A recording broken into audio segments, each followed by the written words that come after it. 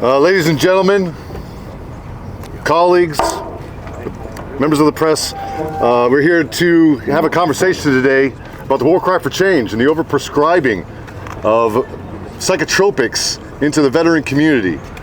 For the last 20 plus years, this has been troubling the veteran community and killing members, brothers, sisters, war fighters in mass amounts. Over 156,000 veterans in the 20 plus years of the global war on terrorism have taken their lives. We understand that 68% of veterans inside the Veteran Health Administration are currently being prescribed psychotropics. We understand that an additional 28% of veterans are being prescribed anti-psychotic medicines. Ladies and gentlemen, this is a problem. The problem lies in that we are overprescribing these individuals with these psychotropics, and the harm that is coming with them is not being communicated to these individuals. In the early 2000s, the VHA implemented an opioid policy inside the VHA and eliminated the problem of opioid addiction and overuse within the system. And it is very similar to the problem that we have today. This can change. We can change this now. The VHA can change this today. And not one more life needs to be sacrificed or lost. We've gathered our friends and families, those that have been harmed by this, and we're going to be having a summit today to talk about the real dangers that come with these medications prescribed into our community. And we're asking for a couple simple things. Informed signatory consent. We're asking for proper prescribing policies. And we're asking for some dignity. Dignity in our mental health, dignity in our ability to facilitate the needs to keep us straight and narrow and contributing to society and being the veterans and those community leaders that we know that we are. But because of these medications, we're being put into a corner, we're being over-medicated, and we're killing ourselves. We should be ashamed. Ashamed. And today that changes. I want to introduce you to Brian and Kim Brumfeld.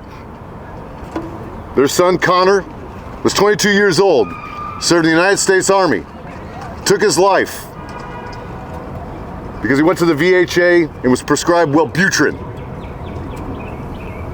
A very similar circumstance happened to my dear friend, Corporal Paul Kludak. Went to the VA for smoking cessation, was provided Wellbutrin, and within 4 months he killed himself. It's unacceptable. I want you to hear their story. Brian, Kim.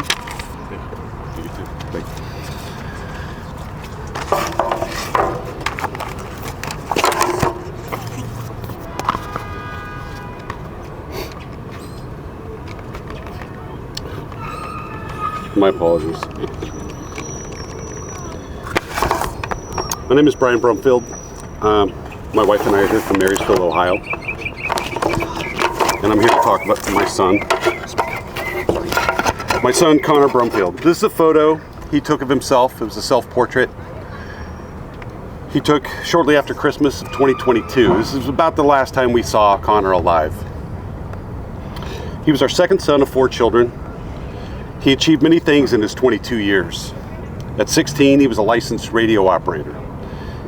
He became an Eagle Scout before his 18th birthday. During that same time frame, he was studying welding and achieved certifications and became a professional welder before he joined the Army in 2019.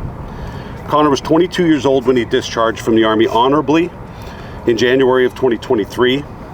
He was a student veteran. He was attending University of Montana Technological Institute in Butte. We last saw our son in person December 31st, 2022, as he drove his Toyota Tacoma across the country to start his new life after the Army. He lived there with his best friend, his Army veteran buddy. They shared an apartment in downtown Butte, and he was having the time of his life. On March 30th, 2023, he visited the VA one time to establish care post-Army. He was administered the Pfizer-developed PHQ screening test. He scored a 17, and the attending nurse practitioner looked up the results in the GSM assessment guide and determined that he was suffering from depression, and she prescribed him the so-called antidepressant bupropion, also known as Wellbutrin. What we've come to learn is that action was negligent on many levels. Connor received a traumatic brain injury, a TBI, while he was serving in the Army. He suffered from many effects of that TBI, including headaches, lack of sleep, vision issues, memory acuity. He was miserable because of the side effects of the TBI, and the Army never helped him with his TBI. He was not depressed. He was miserable.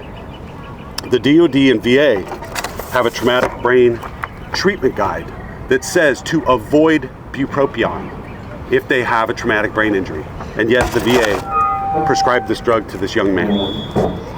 Apparently the VA nurse practitioner was unaware of their own guidelines to avoid that drug. Wellbutrin also has a number of manufacturer and industry prescription guidelines and the FDA black box warning. Apparently the VA nurse practitioner did not know about these, such as don't prescribe them to individuals under 25 years old. My son was 22. Because of the increased risk of suicide that this drug has. If the VA had followed their own TBI treatment guideline, Connor would still be with us. If the VA had followed the black box warning or the industry prescription guidelines, Connor would still be with us. If the VA had followed their own treatment guidelines for starting a patient on a new psychoactive drug regimen, Connor would still be with us. If the VA nurse practitioner had addressed his need for monitoring after starting a new drug program, which they did not do. He never received a follow-up phone call. He never received any attention. He was left on his own. His family wasn't notified. His roommate wasn't notified. His behavioral changes went unnoticed and uncaught. And after 8 days of taking the medicine as prescribed, he took his own life. The VA failed to give him a lethal means assessment. He had 6 rifles in his apartment. If this isn't negligence, I don't know what it is. There was a complete failure to obtain Connor's signatory informed consent about the dangers of the drug. There was no effort to understand his military medical history that showed the effects of the TBI and how he started scoring on this PHQ test in a cyclic manner. It was not deep depression. It was not moderate depressive disorder. It was anxiety and misery from symptoms that were keeping him up at night and miserable during the day. And he was never treated for those. The VA used the results of this screening to prescribe the wrong drug based on a test result where he scored lower than he did when he was in the Army. The Army gave him face-to-face counseling and noted that it was beneficial for him. They never medicated him. Why did the VA medicate him on his first visit? They didn't follow the HIPAA provision that allows for healthcare providers to notify loved ones if there's an imminent danger of death or danger. So the closest people to him had no idea what he was going through. Connor received the medication on April 5th, 2023. He took 8 pills and he died on the 8th day. April 13th was the worst day of my life. We're asking for Secretary Doug Collins to step up to this. This is a solvable problem and it's right in front of our face and they're not changing their policies. I would like Donald Trump to get involved, much like he did with Secretary Pam Bondi, and charge a task force with reviewing this issue and solving it. We believe the suicide rate would drop dramatically if they would pull back on this overprescription policy. and to actually treat our veterans with the dignity and the health care that they need.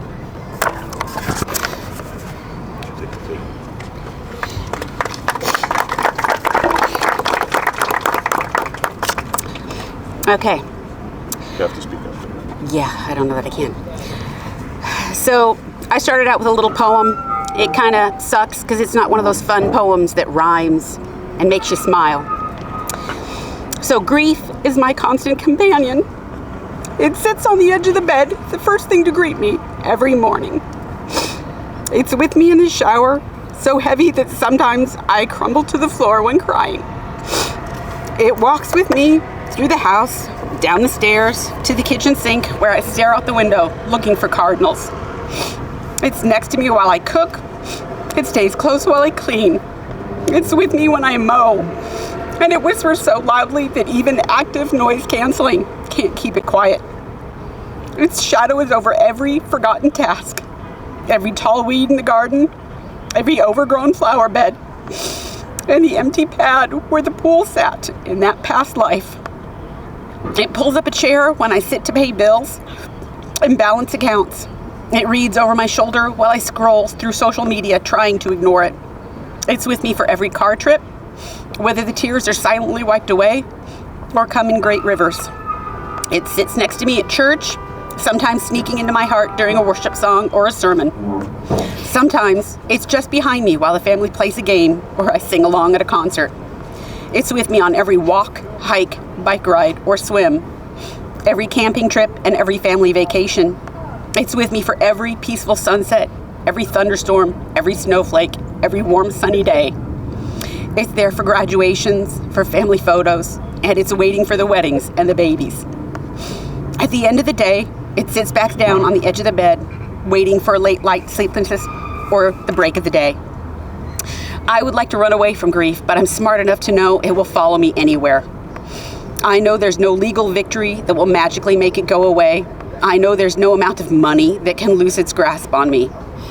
In the end, that grief is all the love, hope, and dreams for a child taken too soon. A child taken by a huge, heartless medical organization and a medical provider more concerned with the appearance of remedy rather than tangible healing. An organization that is not held accountable for the damage, the death, and the destruction caused by not following their own protocols and policies.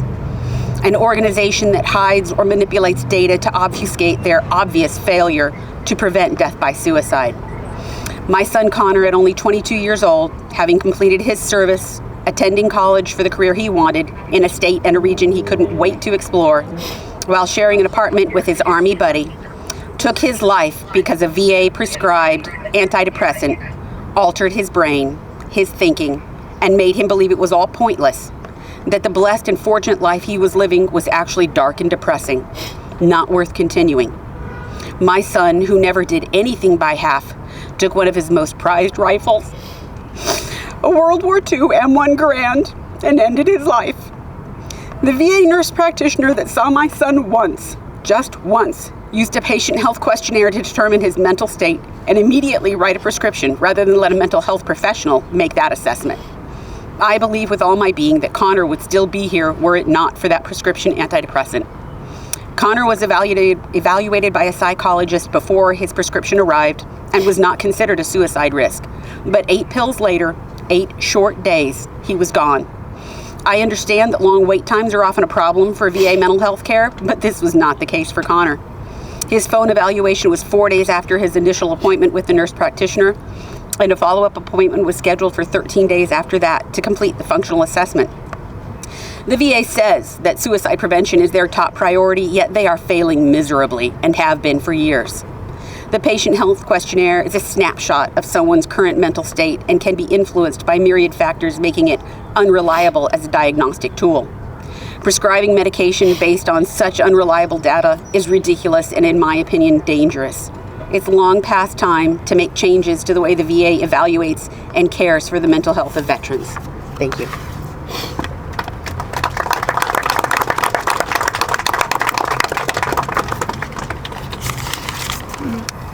I'd like to introduce Shannon McDaniel, surviving mother of Hunter Whitley, Marine Corps veteran, died at the age of 23 due to these medications.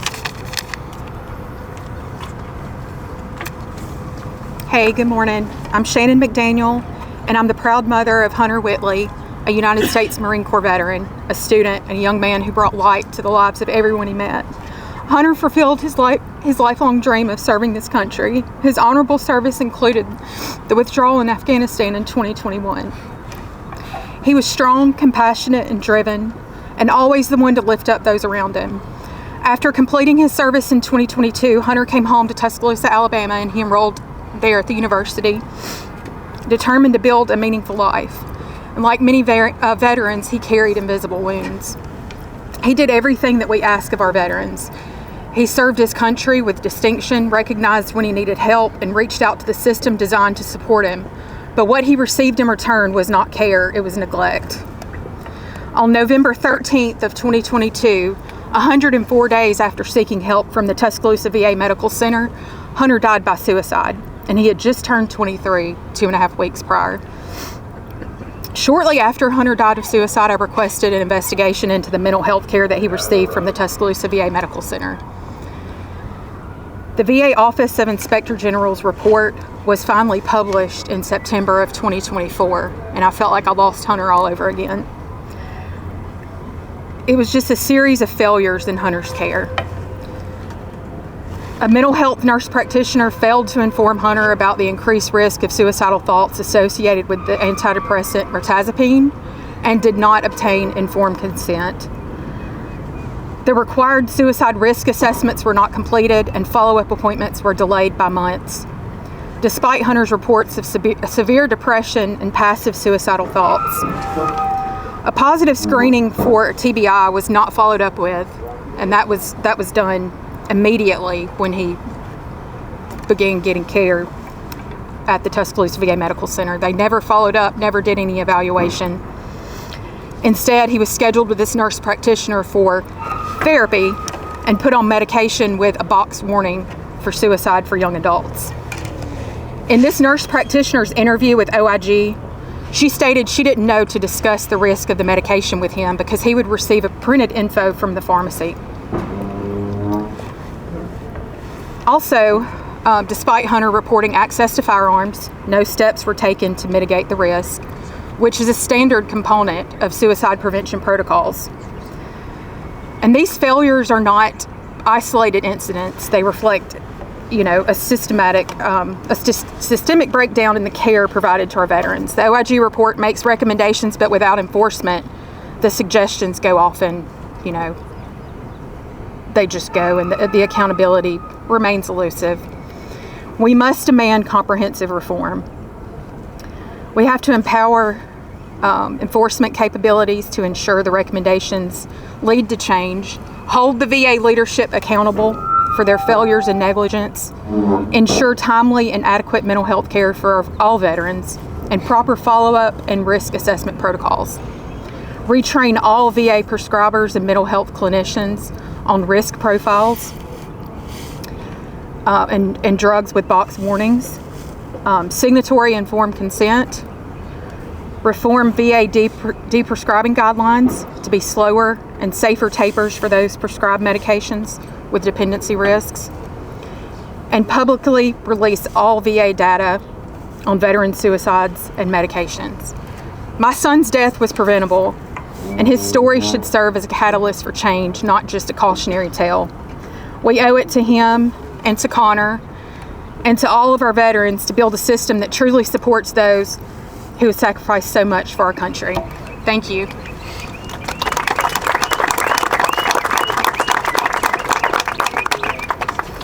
Ladies and gentlemen, I'd like to introduce Dr. Larry Miller, surviving father of Mark Miller, MA2, United States Navy. Thank you, Tim. Thank you, Congressman, for the opportunity to come today to speak to you. This is my son, Mark Miller, Special Forces, a sniper in the Navy for 15 years.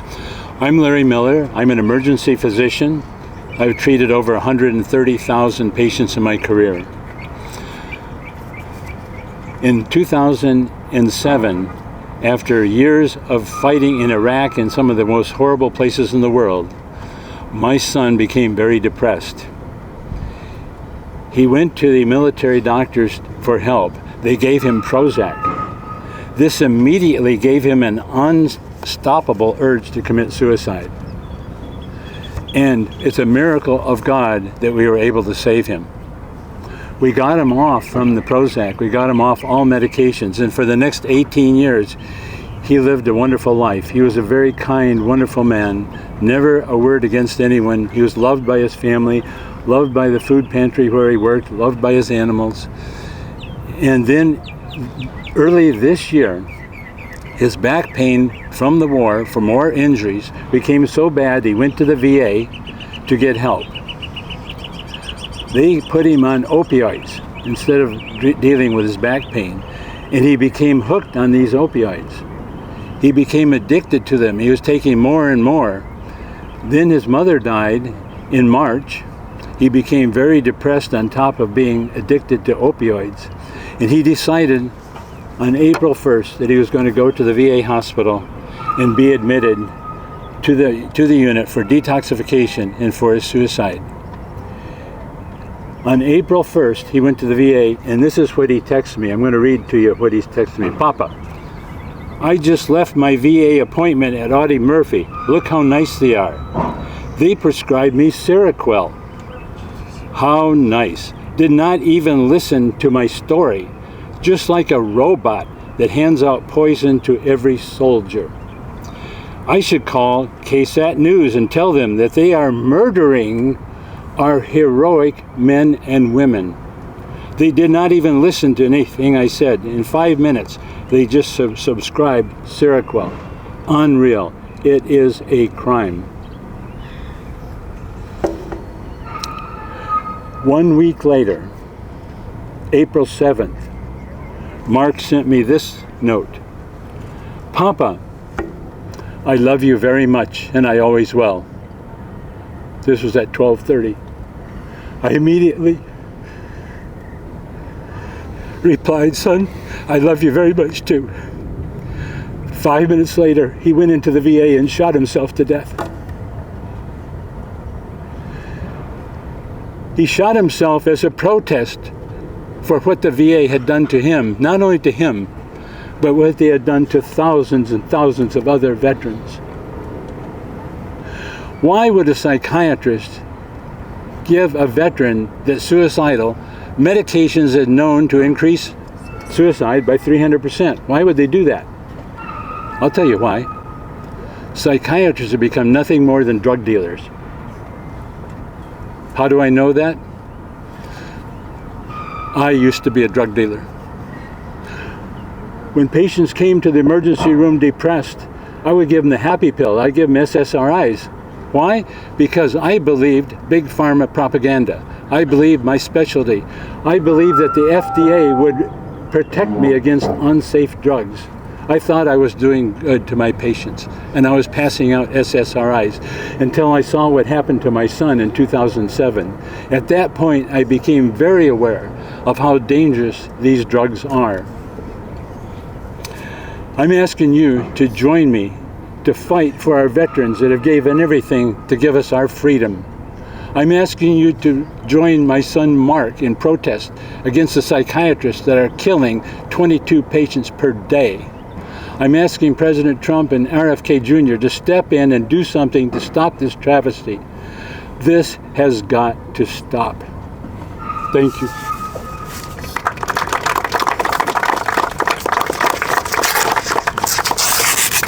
Sorry.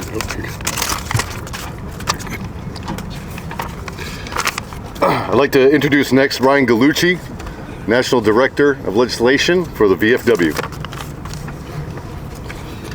All right. Thank you, Tim. Look, this has been a VFW priority for quite some time, since Angie Peacock here, there she is, raised this during her VFW Student Veterans of America Legislative Fellowship.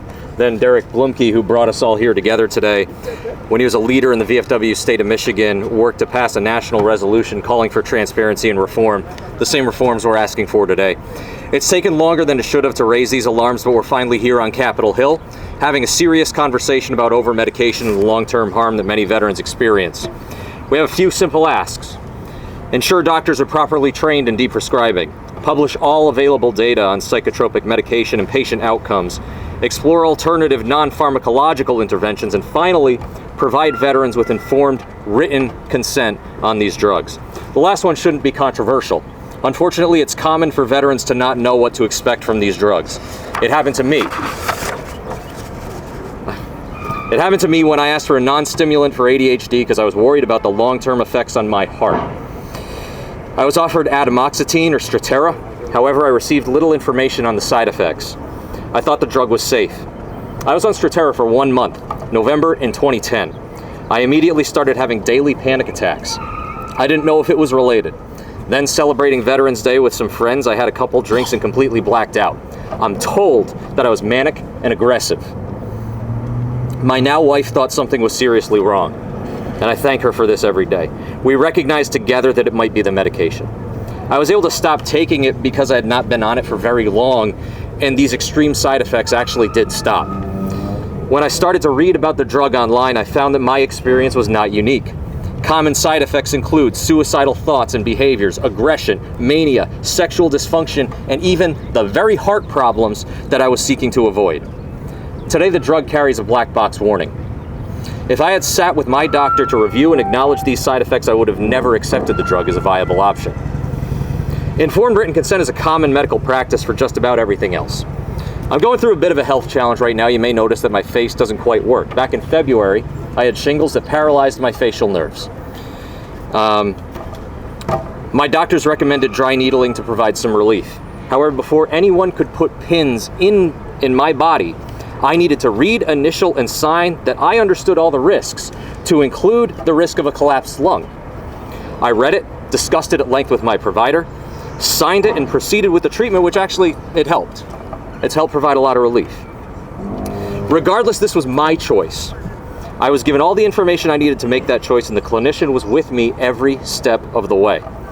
That we try to hide these risks and side effects with psychiatric drugs just makes no sense, and it needs to change today.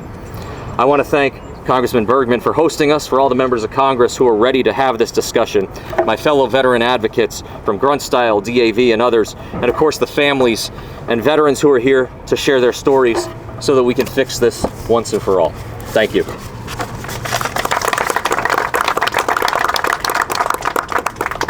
Next, I'd like to introduce John Retzker, Deputy Director of Health Policy at the DAV.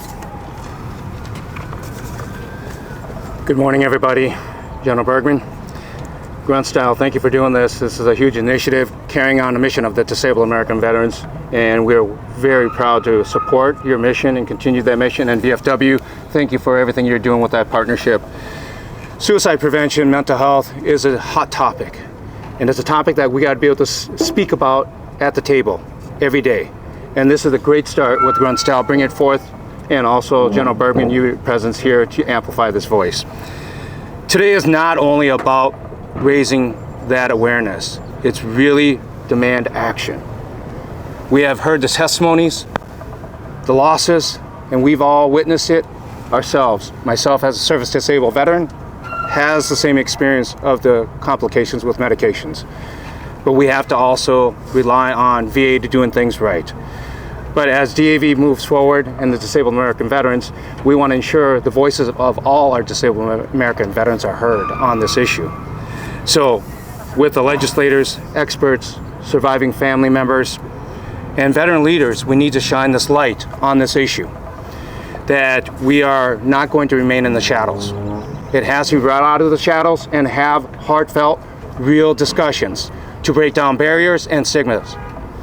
And we need to also bring hope to our veteran community and our veterans especially to understand, just like myself and Ryan testify on our own behalf, we have our challenges, but we rely on this community right here and the extended community of the nation to be able to lift us, support us, to give us hope that there is solve in the end process. And that includes Congress to do thoughtful, comprehensive legislation to support all aspects, to ensure we have individualized, tailored care that meets the needs of the individual veteran, and also to support the families, like our caregivers and our family in general, who are indirectly, many times, unknowingly caregivers themselves. So today, as we stand in solidarity, we call on Congress and the Department of Veterans Affairs and the healthcare community, because it does involve them, being that veterans use community care. They are also responsible and have to be part of the solution, especially for our women veterans, the largest growing cohorts. You know, they're almost at 1 million enrolled in the VA Healthcare Center, and they have a lot of specialized care needs, and also the time frame of their lifespan involve many things from not only their combat services or service issues that they dealt with, military sexual trauma, PTSD, and also pregnancy, and then menopause. We need to ensure another component that Congress, VA, also push for research to ensuring that we are doing everything we can to identify what medications can and cannot do, look at whole health concepts of nutrition, with also the hormonal imbalances, which we are learning quite a bit about what we have identified in 2023 in the DAV's Women and Veterans Report, their journey through mental health. So we need to ensure that Congress and VA are doing all that they can do. We owe it to our veterans, and we owe it to their families, and to ensure that their service is honored, not just by words, but in action.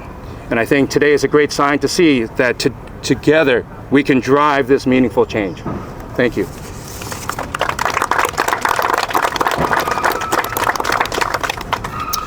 I'd like to next introduce Derek Blumke. He is the fellow of Grunt Foundation and has been working to bring all of this together for the Grunt Foundation, Reverend Warriors, VFW, DAV. He's been the leading voice of this for many, many years. He's a dear friend. Ladies and gentlemen, Derek Blumke.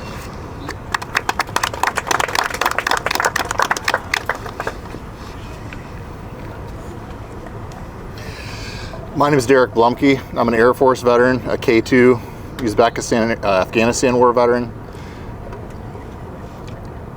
I'm a founder of Student Veterans of America. I built a national mental health program for the VA, started a technology company in New York City, and during that time I got put in a drug cocktail of 6 different drugs at the same time. I watched my life fall apart, became unemployable and homeless, could not even keep a roof over my head, and shocked my family, shocked my friends. They didn't know what was going on with me. And it took a friend hauling me back to Michigan from New York City in a U-Haul, another friend helping me identify and realize that these medications might have been causing my problems. Certainly 6 of them. Any common sense person would say that does not sound right nor safe, and nor is there any science behind any of this. And then I found myself trapped on Zoloft for a year withdrawal, and had not been warned of that withdrawal, and I had to do it myself, shaving off granules of a pill every day because my doctor didn't believe what I was going through. Just 2 weeks ago, I went to the VA and I received absolutely wonderful care. But at the same time, the doctor also knew I was depressed and ridden with anxiety and panic attacks, and suggested that we tried an antidepressant. When I told her I had been trapped on one of those drugs for a year withdrawal, she seemed shocked, as though she'd never heard of antidepressant withdrawal before.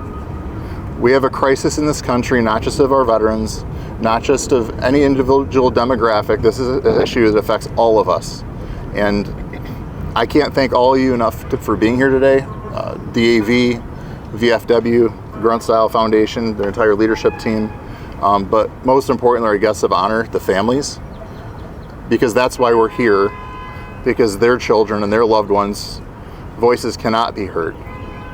And this is about them today.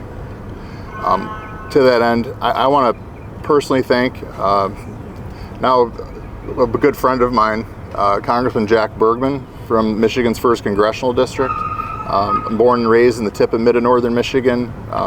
Family's been there since the 1870s, and Congressman Bergman represents my area. When I met with him several years ago about this, we talked, and I think all of us just didn't fully understand the gravity of the scale of this problem.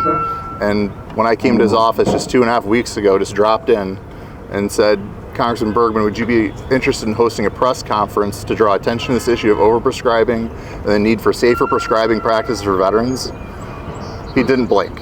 And so it is my great honor and duty to introduce Congressman Jack Bergman and thank him for being a voice on this issue, for those who cannot be heard any longer, for those who are not here with us, and for those who believe we can have a better future and better hopes for reform and the mental health care and treatments that I think we all deserve as all Americans. I'm going to say one last quote before I leave and before I turn over to Congressman Bergman. A revolution is coming. A revolution which will be peaceful if we were wise enough, compassionate if we care enough, successful if we were fortunate enough, but a revolution which is coming whether we will it or not. We can affect its character. We cannot alter its inevitability. This is from RFK in 1966 in a report to the United States Senate. And I believe today we're in the tip of a revolution in mental health care in America, not just for all veterans. Congressman Bergman, thank you, sir, for your leadership.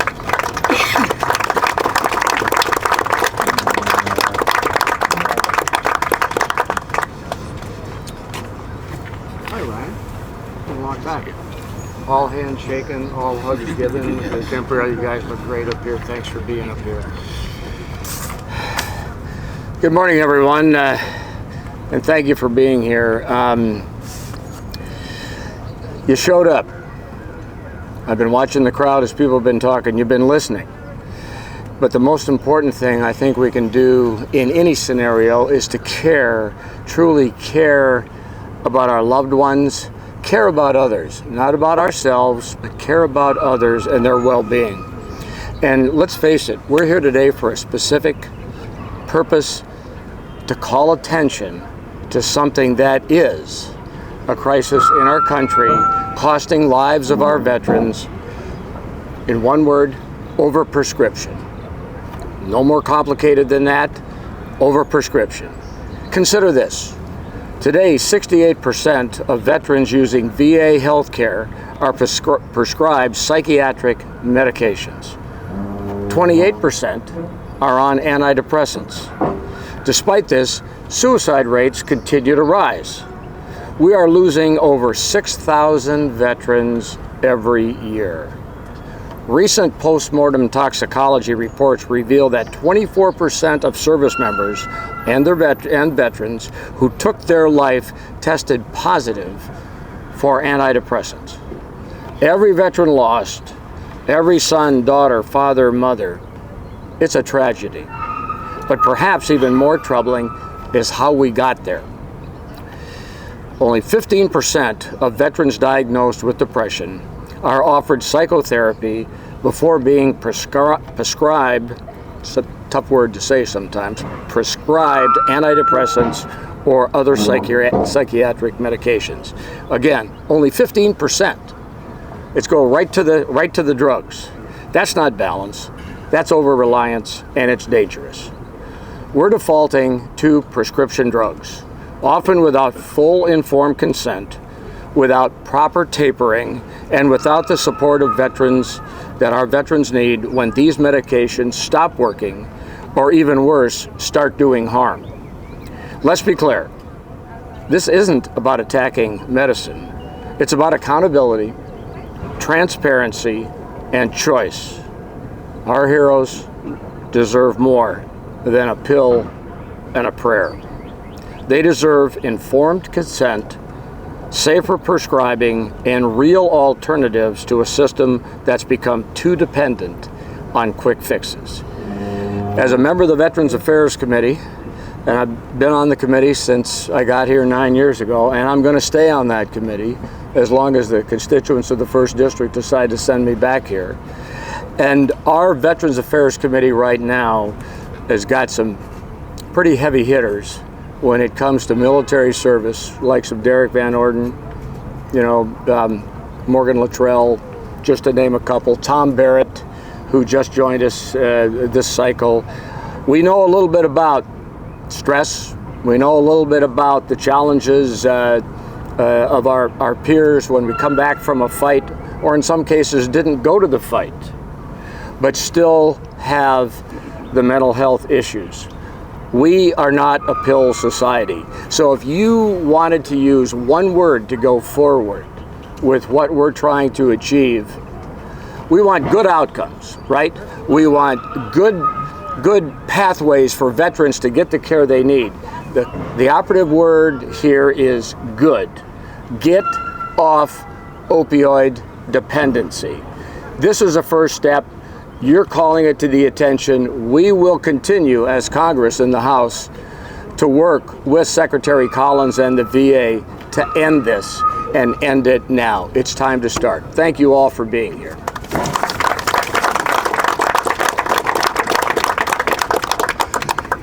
Our last speaker is Will Wisner, the Executive Director of the Grunt Foundation, as well as the Irreverent Warriors. Thank you, Tim.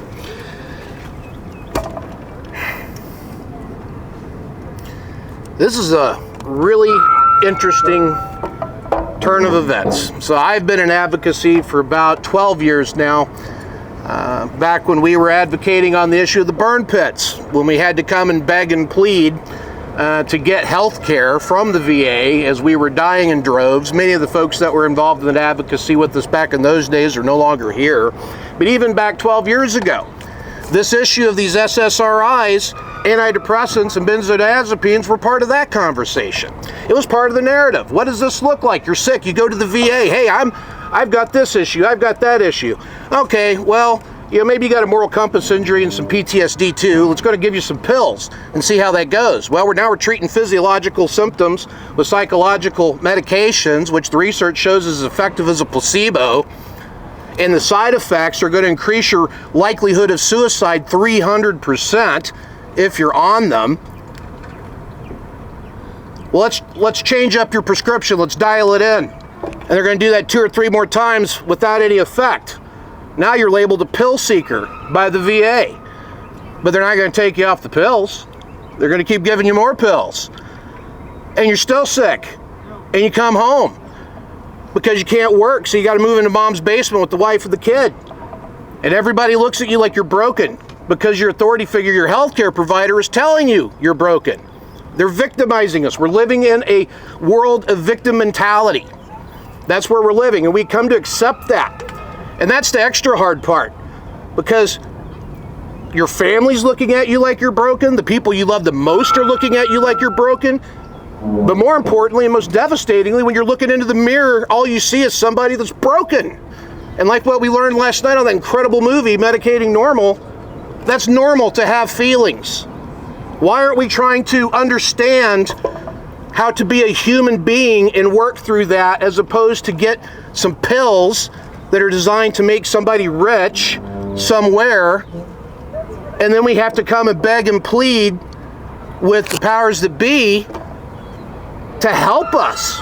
We've lost 160-ish thousand people since 9/11. These are people that are all veterans that have served, that have been downrange, that come home, they did their duty, to only find out that they're broken, and then to be tortured to death inside of a system that's damn near impossible to navigate, and now you're trying to navigate it while you're all jacked up on these weird head meds.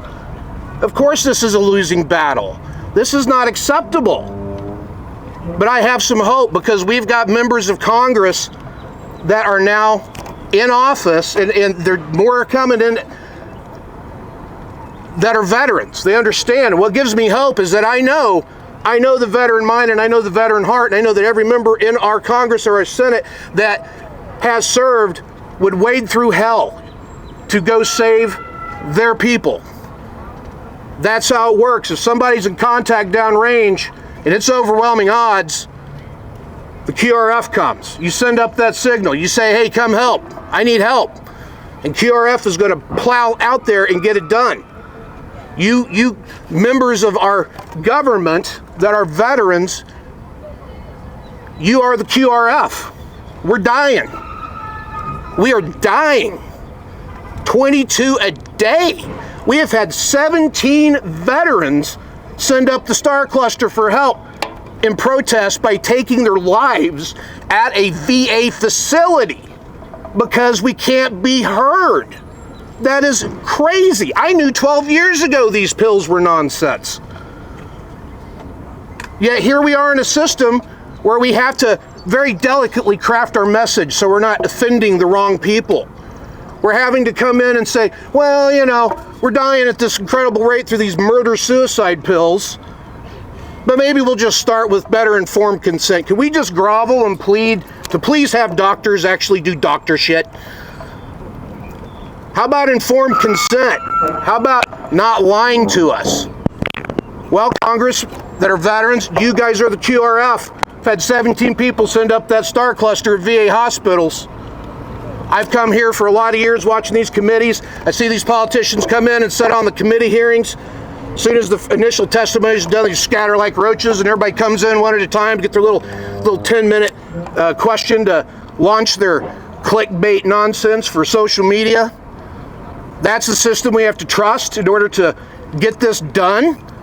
That's nonsense too. So for you members of Congress that are veterans, this is on you guys. Get loud. I know there's nothing legislatively that can be done. You can pick up the phone. You can call Kennedy and say, hey man, you do have the power to make these doctors do their job. That doesn't seem like a real radical request to start with. But this has been going on in silence for 12 years that I'm aware of, that I've been deep in it.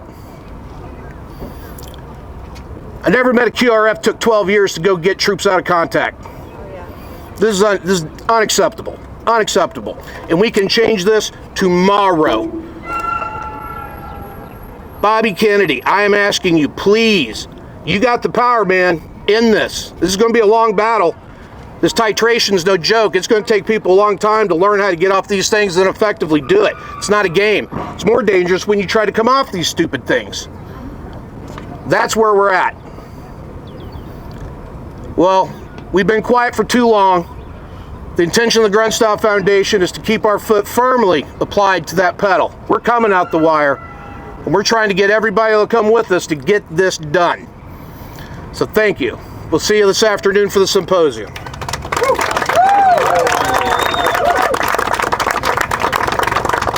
Ladies and gentlemen, that concludes our press conference. Thank you for coming, and please share and get this message out. Semper Fi. Do we have any questions, Tim? Tim's going to open it for questions. Yeah. Any questions? Would we like to take any questions? Thank you for doing this. Appreciate you all being here. Aside from I'm curious, one of the alternate, like when it comes to alternative therapies, are you talking about like cannabis? Are you talking about psilocybin? Or are you talking like no pills and you want to see the VA actually invest more in mental health program? I think there's a big solution that could happen here, right? There's plenty of alternative modalities of treatment between the emerging sciences of psychedelics to hyperbaric chambers, which have immediate, help to the individual from TBI to PTSD to soft tissue damage to neuroregeneration. These are things that are at our fingertips right now, but we are not choosing to explore these things because of evidence-based conversations that are happening in the VHA where no opportunities of alternative modalities are being entertained. So you think the VA should be? We believe that the VA should be exploring and implementing, at the very least, HBOTs, right? We believe that HBOT is an immediate solution. We also believe alternative modalities like psilocybin and psychedelics are a viable means of providing treatment today. Yes, sir. Not a question, but a statement of support. I'm John Wells with Military Veterans Advocacy, and we're supporting that HBOT bill in Congress now. It's HR 1336. The VA has opposed it, and their basis was that oxygen might cause you some harm. Stupid, but that's what they did. This gentleman is right. There are some non-opioid remedies out there. Hyperbaric oxygen treatment for traumatic brain injury. For post-traumatic stress, stellate ganglion block.